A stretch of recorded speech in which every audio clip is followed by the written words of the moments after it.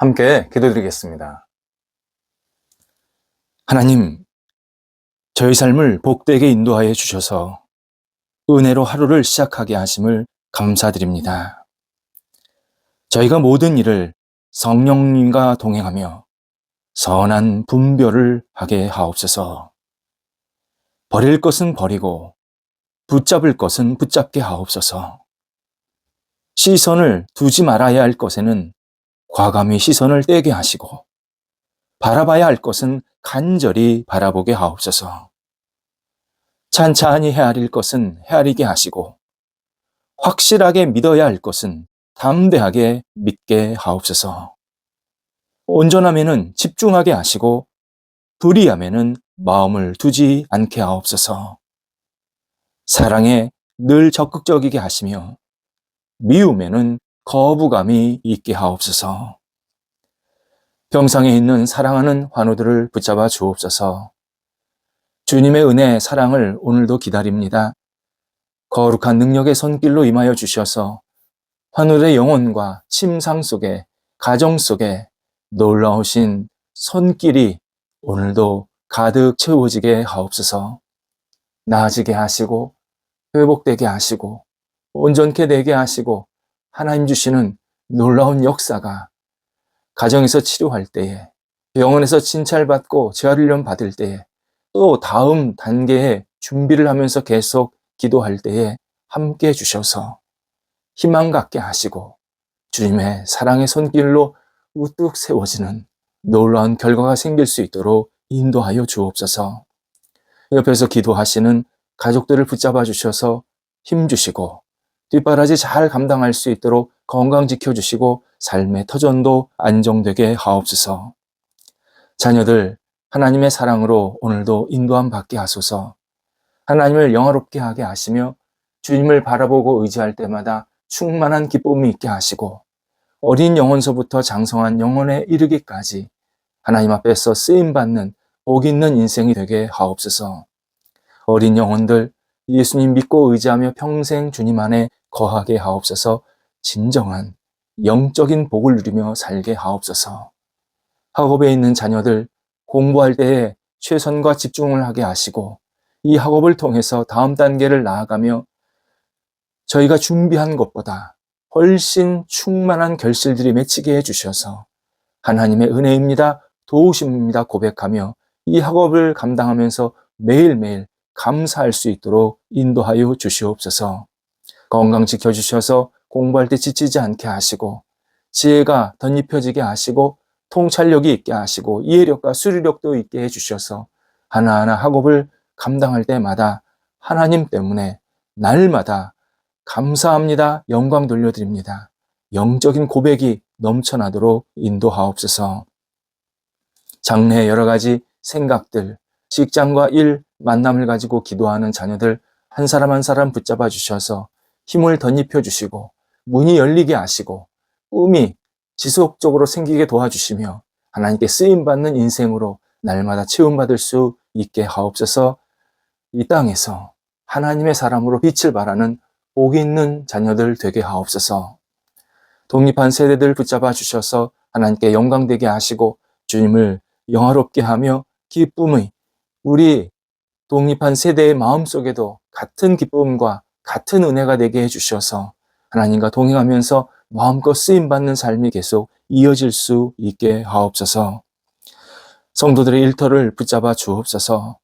성도들의 일터가 주님의 능력으로 오늘도 세움받기를 원합니다.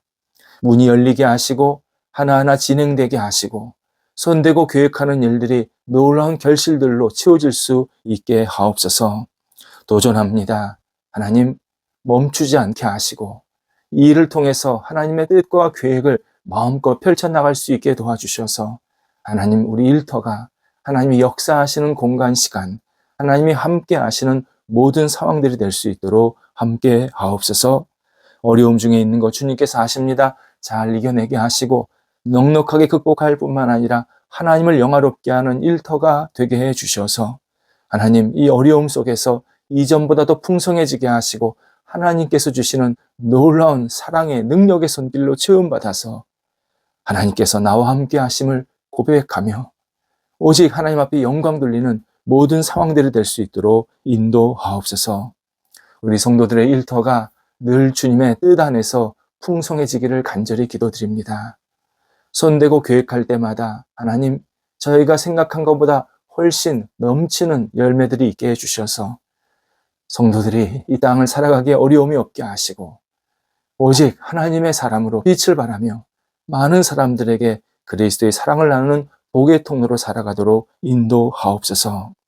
줄타하는 성도들을 붙잡아 주셔서 오늘도 오가실 때 성령께서 함께 하시고 감사함으로 잘 다녀오시게 하옵소서. 저희 교회를 사랑하시고 세워주셔서 감사드립니다. 저희 교회가 하나님의 마음에 흡족하며 하나님의 뜻을 이루기에 부족함이 없는 복 있는 교회가 되게 하옵소서. 모일 때마다 하나님의 이름이 높아지게 하시고 주님만이 저희의 교회의 주인이시고 근거이시고 목표이심을 고백하는 저희 교회 교인들이 되도록 인도하여 주옵소서. 예수님을 알지 못하는 분들이 찾아와서 예수님을 믿고 의지하며 하나님 안에 거하게 도와주시고 하나님, 저희 교회에 진리를 새롭게 깨닫고 진리 안에서 희망을 갖고 자유를 갖고 힘차게 출발하는 하나님, 이 땅의 백성들이 채워지도록 인도해 주셔서 외연이 확장되게 하시고 뿌리가 깊어지게 하시고 오직 진리의 복음의 말씀만이 사람들의 영혼 속에 거룩한 능력이 될 수 있도록 역사하여 주시옵소서. 우리 성도들 오늘도 건강한 생각으로 한 날을 살게 하옵소서. 어떤 생각, 어떤 계획, 어떤 뜻을 이루든지 건강하게 하시고 이 건강함이 주변 사람들을 건강하게 만드는 복된 한 날이 되도록 성도들을 인도하옵소서. 예수님의 이름으로 기도드립니다. 아멘. 오늘 우리에게 주시는 하나님의 말씀은 구약성경 시편 64편 1절에서 6절까지의 말씀입니다. 시편 64편 1절에서 6절입니다. 살아계신 하나님의 말씀을 봉독합니다. 하나님이여, 내가 근심하는 소리를 들으시고 원수의 두려움에서 나의 생명을 보존하소서. 주는 악을 꾀하는 자들의 음모에서 나를 숨겨주시고 악을 행하는 자들의 소동에서 나를 감추어 주소서. 그들이 칼같이 자기 혀를 연마하며 화살같이 독한 말로 겨누고 숨은 곳에서 온전한 자를 쏘며 갑자기 쏘고 두려워하지 아니하는도다. 그들은 악한 목적으로 서로 격려하며 남몰래 올무놓기를 함께 의논하고 하는 말이 누가 우리를 보리요 하며 그들은 죄악을 꾸미며 이르기를 우리가 묘책을 찾았다 하나니 각 사람의 속뜻과 마음이 깊도다. 아멘. 구약 성경에서 생각이라는 단어를 많이 사용한 인물이 다윗입니다. 그래서 구약 성경 가운데 다윗의 일대기가 담긴 사무엘 상하, 그리고 다윗의 신앙 고백과 찬양, 그리고 아픔을 고백하고 있는 그러한 내용이 들어있는 시편, 이 사무엘 상하와 시편에 생각이라는 표현이 가장 많이 등장합니다. 다윗이 하나님의 사람이었기 때문에 좋은 생각, 건강한 생각, 올바른 생각, 신앙적인 생각 할 때가 많았습니다. 하지만 그렇지 못할 때도 있었습니다. 다윗도 유약한 죄성이 있는 인간이었기 때문입니다. 다윗은 오판, 곧 잘못된 생각을 종종 하게 됩니다. 그래서 다윗이 표현한 생각이라는 단어를 근거로 해서 두 번에 걸쳐서 신앙인도 오판할 수 있는 근거, 내용이 있다. 이것을 묵상하면서 오판하는 것을 벗어나는 그러한 신앙생활을 다시 한번 우리 영혼 속에 채우고 그리고 힘차게 출발하는 시간을 갖고자 합니다. 오늘 본문, 내일 또 이제 뒷부분 같이 읽겠지만 64편은 전체적으로 다윗이 하나님 앞에 간절히 기도하는 좋은 내용입니다. 그런데 본문에 의하면 다윗이 잘못된 생각이 처음에 있어서 흔들리고 있음을 확인할 수 있게 합니다. 1절에서 다윗은 근심하고 있다라는 표현을 사용하고 있습니다. 근심하고 있다. 그 이유가 자신의 적들, 원수들이 자기를 무너뜨리려고 다양한 계획을 세우고 있었기 때문에 그것을 안 다윗이 마음이 요동했다라고 표현합니다. 6절에서는 그들이 꾸민 계획이 얼마나 묘책, 누구든지 무너뜨릴 수 있는 강력한 전략이라는 뜻입니다. 묘책이었고 그들의 뜻과 마음이 매우 깊었다.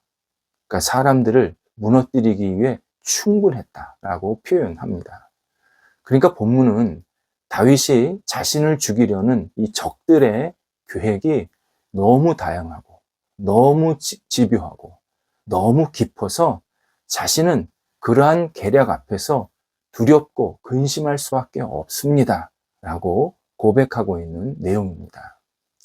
다윗은 지금까지 하나님의 절대적인 섭리 가운데에서 인도함을 받았고 그 인도함 속에서 생명을 보존받았습니다. 뿐만 아니라 다윗은 생명 보존 이후에 하나님께서 큰 계획과 어떤 뜻을 가지고 그를 높은 자리에 세워 주십니다. 다윗은 어릴 때 목동이었습니다.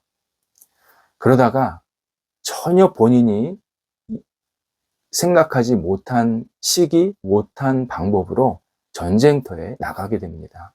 물론 이 모든 것들은 하나님의 섬세한 계획이었고 절대적인 하나님의 뜻이었습니다. 그날 전쟁에서 큰 승리를 이루게 됩니다. 그리고 이스라엘 백성들에게 기쁨과 안정을 선물로 제공하게 됩니다. 이때부터 다윗은 당시 왕이었던 사울에게 10여 년간 쫓겨 다니기 시작합니다. 청춘을 광야에서 또 다른 적지에서 그리고 자신의 몸을 제대로 간수하지도 못하는 그런 모습으로 그렇게 비참하게 살았던 겁니다. 10년이 조금 넘습니다. 그러다가 하나님께서 그를 철저히 보호하셨고 그 사울 왕의 공격에서 막아주시면서 다시 기회를 주시고 새로운 왕으로 등극을 하게 만드십니다. 다윗은 왕이 되어서 다시 수많은 전쟁을 치르게 됩니다. 이때 하나님은 다윗이 전쟁에서 계속 이기게 만드십니다. 그리고 이스라엘 백성들에게는 우리가 지금 태평성대를 누리고 있다. 그러한 마음의 즐거움도 갖게 만듭니다. 역사상 이스라엘 역사입니다. 이스라엘 역사에서 가장 영토가 컸고 가장 권력의 힘이 강했던 시기가 바로 다윗 재위 기간이었습니다. 다윗은 최고의 시대를 이끌고 있었고 백성들은 이런 시대를 만끽하면서 안녕을 구가하는 중이었습니다. 하지만 오늘 그의 마음은 근심, 걱정, 두려움에 빠지고 있음을 확인해 줍니다. 물론 이 상황이 지금 근심할 만한 것은 맞습니다. 수많은 적들이 너무나 강력한 전략을 가지고 자기를 공격하는데 마음 편할 사람은 없습니다. 또 이스라엘 백성들이 왕 다윗을 믿고 이렇게 평안하게 잘 만족하며 살고 있는데 이들이 혹시 잘못되면 어떨까? 이런 마음이 지도자로서 당연히 드는 것은 분명합니다. 그래서 근심이 생겼던 겁니다. 하지만 다윗의 근심은 정당하지 않았습니다. 하나님의 섭리가 훨씬 컸기 때문입니다.